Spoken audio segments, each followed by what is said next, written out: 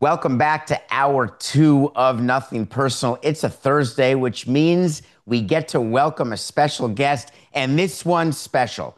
I've known him for a very long time. His name is Mike Tollin. You may know him as a filmmaker. I know him as a Phillies fan. Yes, we're bringing a Phillies fan on. Mike Tollin, famous filmmaker, famous Phillies fan. Welcome to the show.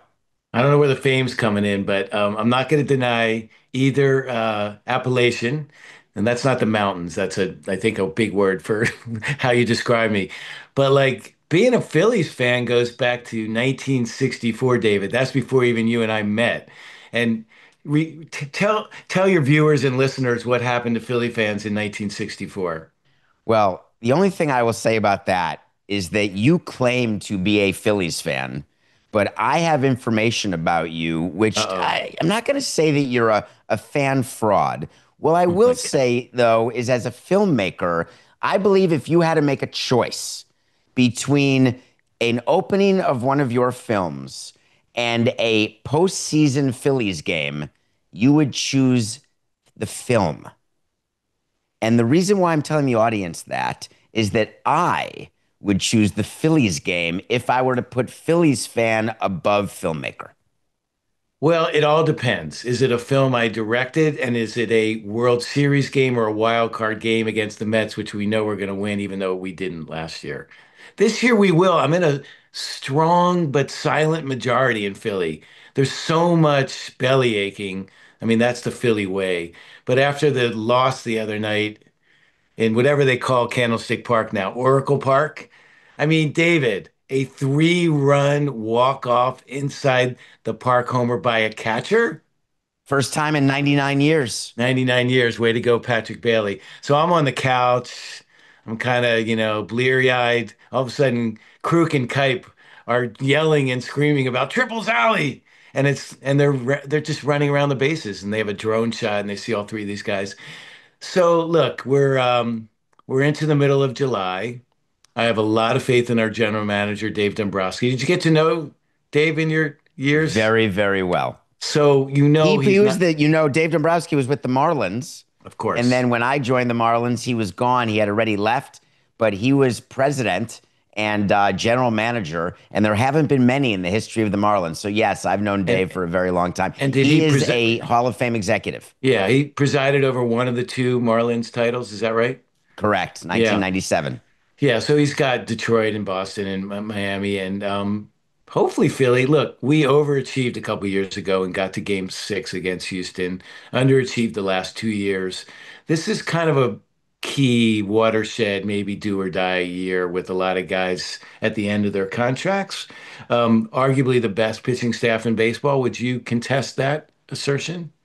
Well, Starting staff. they have a great starting staff. There's no question. And I will tell you that as a National League East connoisseur, having spent my whole career in the NL East, the Phillies, way more so than the Mets for me, and even the Braves, the Phillies were always the true hate team, whether it was with the Expos or Marlins. And the pleasure that I took in '03 of beating the Phillies time and time again as we got to the postseason, I will never forget when we would go into Citizens Bank, which for my money, is the single most difficult ballpark to play in because of the ballpark the way it plays, but also because of the fans. It Right. is far more difficult than Boston, far more difficult than Wrigley.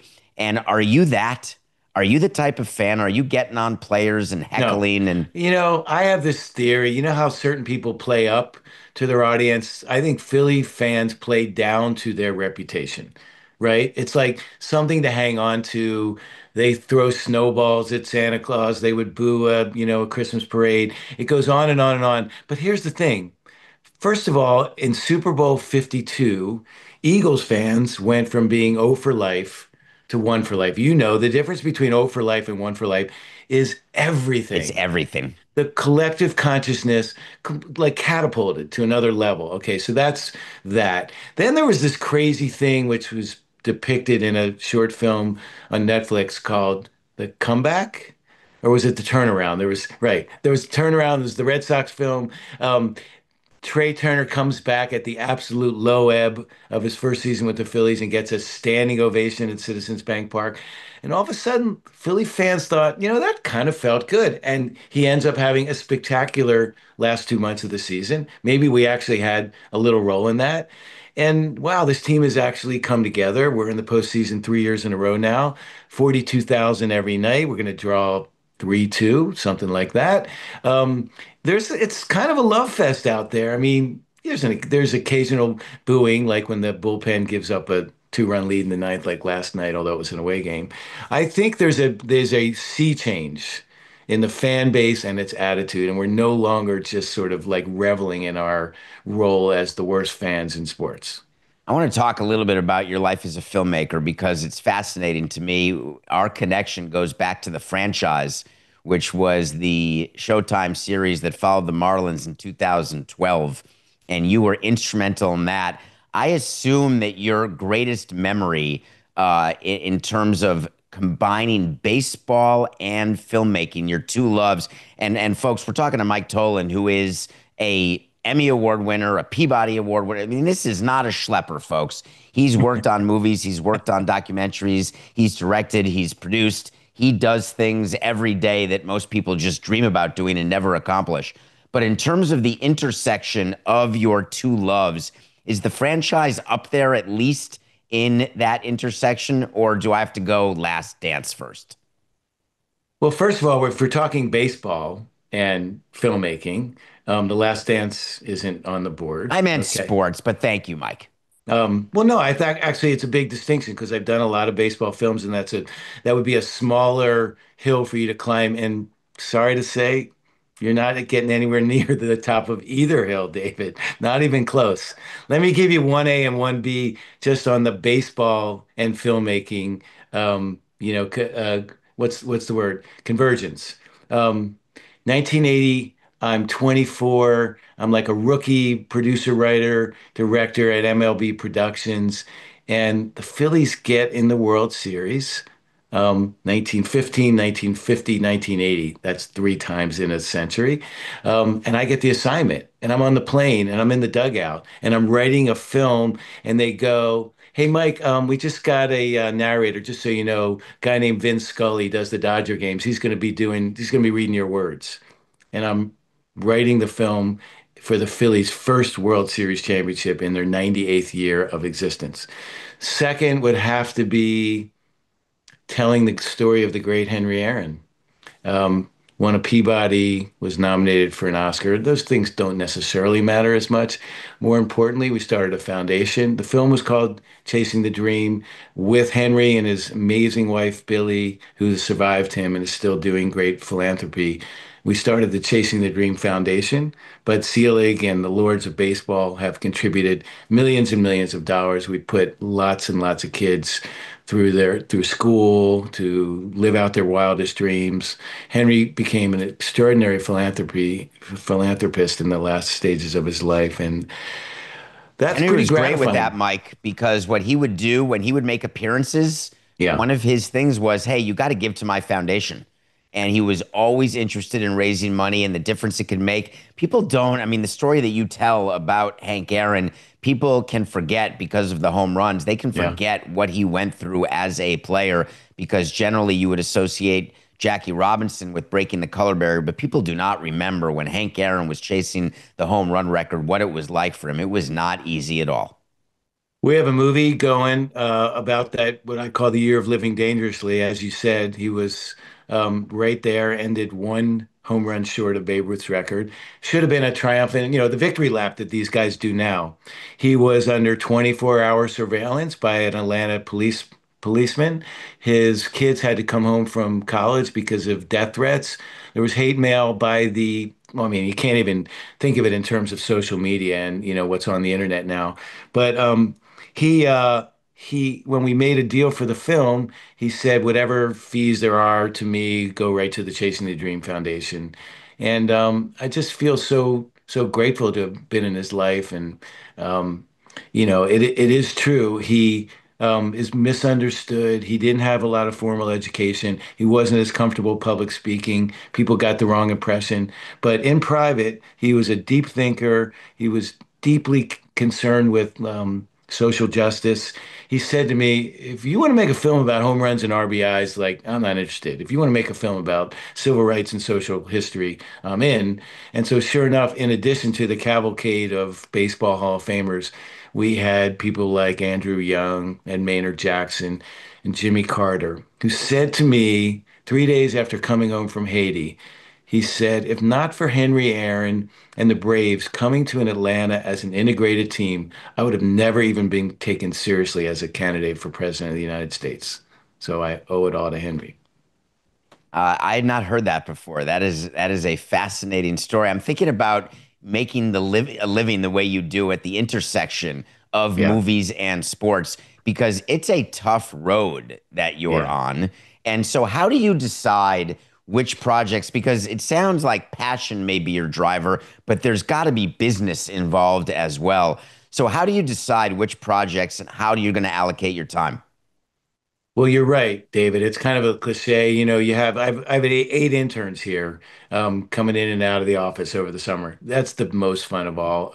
Friday, I'm doing my quarterly roundtable, so I get to sit at the intersection of all the corners of this table, and they ask questions, and I tell them, you don't want to know about how I got started. It's prehistoric and it's completely irrelevant. But the thing I will say, and most people in my position will say, it's so damn hard. And you can't just kind of look at the market and say, I think I know what they're looking for. What are you feeling? Like, what do you want? What are you willing to get your head bashed in order to get it made? Because if you don't really care, if you don't really give a damn, if you're not willing to get beat up and bloodied, it's probably not going to happen. So you start with passion. At a certain point, you got to put a little practicality, pragmatism into it. I've been doing this for 47 years since I was the play-by-play announcer for Stanford basketball and got a job as a young associate producer on a series called Greatest Sports Legends. Did you ever see that, David? No, I I'm did older. not. I'm older than you. Look it up What on was the YouTube. pilot of that? I wasn't on the pilot, but Paul Horning, the Golden Boy, was the first host. By the time I got there, Tom Seaver was the host, and I loved me some Tom Seaver, man. And our first show was with Ted Williams.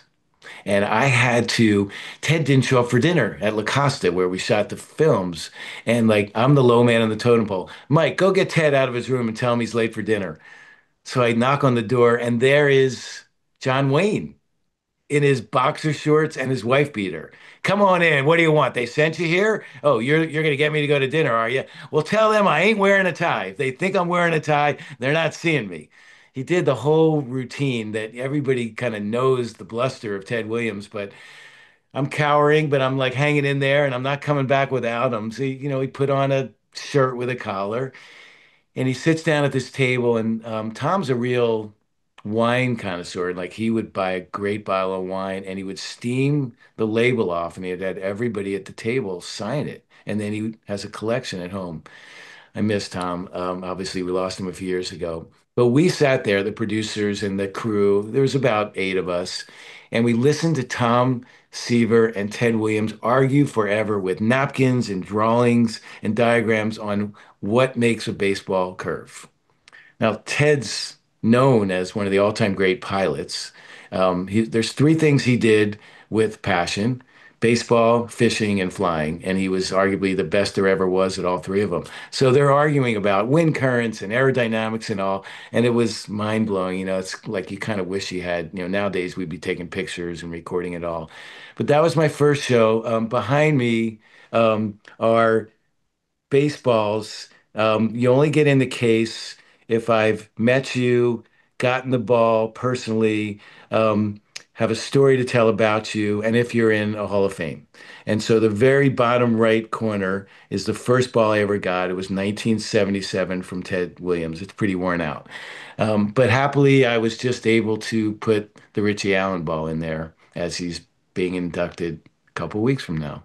Yeah, let's talk about the Hall of Fame because there are now two posthumous inductees with Dave Yeah. Parker having just succumbed to Parkinson's, which is horrifically sad that Yeah. he came so close to being there. And it's going to be an emotional weekend, and you're going to be a part of it. Will you tell us? Because I'm going to be there for Ichiro, Oh, but I'm great. there. I am there Great. solely as a lover of Ichiro and a part of his baseball story and a part of helping him extend his baseball story. But what is your, other than being a Philly fan slash filmmaker, maybe in that order, what are you doing in Cooperstown? So in 2020, um, Dick Allen had already missed the Hall of Fame vote by one in in the what used to be called the Veterans Committee, now the Golden Era ballot, I think they call it now. 16 voters, you need 12. He got 11 twice. I think he's the only guy to miss the Hall of Fame by one vote twice. John Middleton, the principal owner of the Phillies, is a guy who grew up near me, although actually on the other I like to say both geographically and in other ways on the other side of the tracks. His side of the tracks was the one populated by Spencer Tracy and Katharine Hepburn in the Philadelphia Story. So I'm in Havertown. He's in, I don't know, Gladwin or Bryn Mawr or Devon or Wayne, whatever it was. There we were, both growing up as 8-year-old boys when Richie Allen burst onto the scene in 1964. Phillies had a 6.5 game lead with 12 to play, lost 10 in a row, finished a game behind the Cardinals. But Richie Allen won Rookie of the Year, and he was a hero like I don't think kids have heroes like that anymore. Because most of the games we just listened on our transistor radio. And so you have to use your imagination. Talk about a larger than life guy. I mean, 41-ounce war club, this V-shaped body, and just he'd stride to the plate regally, and he hit the ball over the damn roof. I mean, I don't know, you can't even relate to it. Connie Mack Stadium, right? Anyway, so now John runs the team, and I'm just like, fan with privilege. And he says to me, I know you're friends with Dick Allen. He changed, he always considered Richie Allen a slave name. They gave him that name, the Philly media did, because Richie Ashburn had preceded him and it was comfortable. But nobody called him Richie. So when he got traded to St. Louis and then LA and then Chicago and then came back to Philly, it was Dick Allen. So John says to me, how are we going to get our guy into the Hall of Fame? And I said, well, there's something you could do. I'm not saying we, but you could do. I'm happy to help you. But like, there's never been a black player who's had his number retired by the Phillies. We're going on, 100 and some years now. And he went, huh. I think maybe we could retire Dick Allen's jersey number 15. I mean, that is certainly appropriate. He certainly deserved it. And he said, well, how do we do that? I say, you tell me that you want to do it, and I will tell him, and he will show up, and we will do it. And that happened. So, in front of 50 people instead of 50,000, because it was 2020, right smack in the middle of the pandemic, we had a ceremony. We had time for three speakers because it was a 1 hour special on Comcast. And John called me and he said, all right, so we have time for three speakers. It's going to be me, Schmitty, Mike Schmidt, the greatest Philly ever, and you. And I said, wait a minute. I'm just a fan, but that's crazy, But thank you, I appreciate it. He said, Mike, I'm not asking you, I'm telling you. It's going to go me, then you, then Schmitty. And so I made a very, very, talk about passion, a very, very heartfelt speech about my boyhood hero who became a dear friend of mine and who I felt like had been given a bad rap. I mean, this is a Hmm. sweet, loving, kind-hearted man who had unfortunately carried around the angry black man label for decades. So we did that, and I think it signaled to the lords of baseball, the powers that be, that he's actually a valued member of the community. I think can maybe soften people's impression. I know John and I have lobbied quite a bit, which you can do in this new arena where you know who the voters are.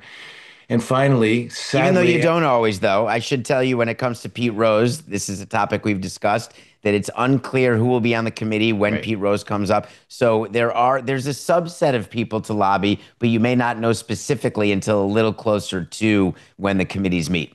absolutely right. Right. Anyway, it's sad that he won't be there. It makes it kind of bittersweet, but it's deserving. And talk about the intersection. In that same year, during, what became the Black Lives Matter era, where people were all of a sudden, really thinking about DEI and social consciousness. A guy from Paramount called me and said, I'm a baseball fan, but you're the Philly guy, right, Mike? I said, I've been called worse. He said, Did you ever hear of a guy named Dick Allen? And I started to laugh and said, Who put you up to that? Like, started naming names. He said, Nobody put me up to it. I just read a New York Times, 8 column headline obituary about this guy, and I never heard of him, and he sounds amazing. You want to make a movie about him? So we have a script, third draft by a young writer named Madison Turner. We're kind of timing it to get it out to directors and potential financiers right around the Hall of Fame, and we'll hope that dream comes true. Are you going to be filming it all in No, Cooperstown? no, I was making a doc, David, and when the Paramount guy showed up, I told him that. He said, "Well, do you want to make a real movie?" And I said, "Well, I'd like to incorporate. I think a documentary is real, legit, Me authentic. too. Yeah, I know you do. And so we will incorporate some documentary elements, but there's a separation of church and state that we all have to acknowledge, and that will be a day for church. That will be a day for me to just bask in his glory and be grateful that we're all there to share it. I think I finally found a way to decide how to call you in what order, Philly fan or filmmaker. And I'm going to use the answer to this question as my final decision point. What's worse for you?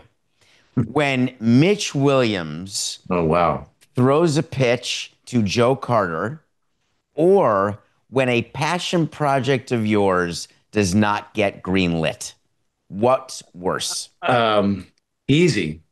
I was there at the Sky Dome in the well when Mitch threw that pitch.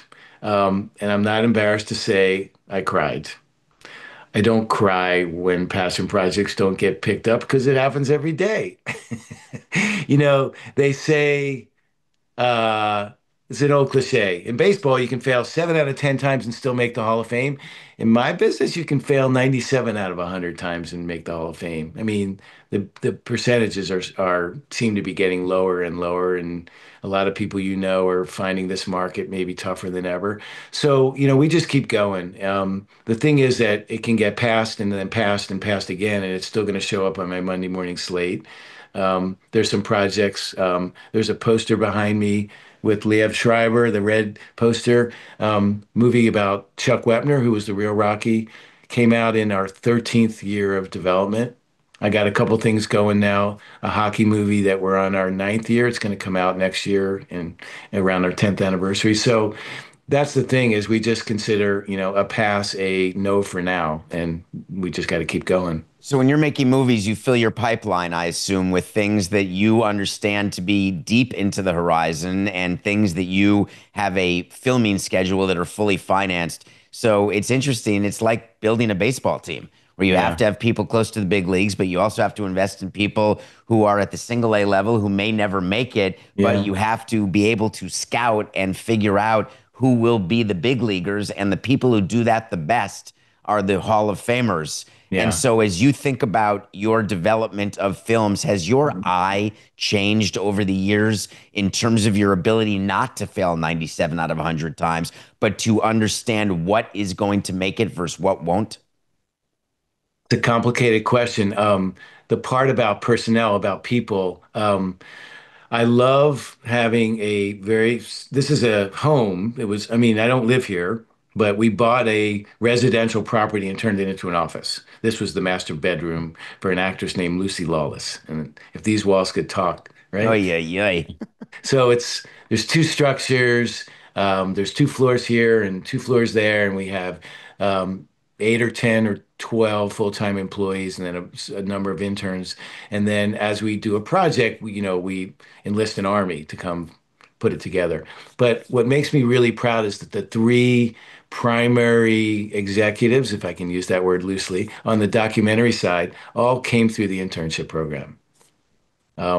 we just, brought people in college, and the ones that really got it, we tried to keep around, and they came back after school, or they kept working with us, and they started coming up with ideas that sold, and they earned their keep. And now Jonathan Vogler is the president of our doc division. He's got half a dozen of his own projects that he's really responsible for, that I'm just kind of supervising.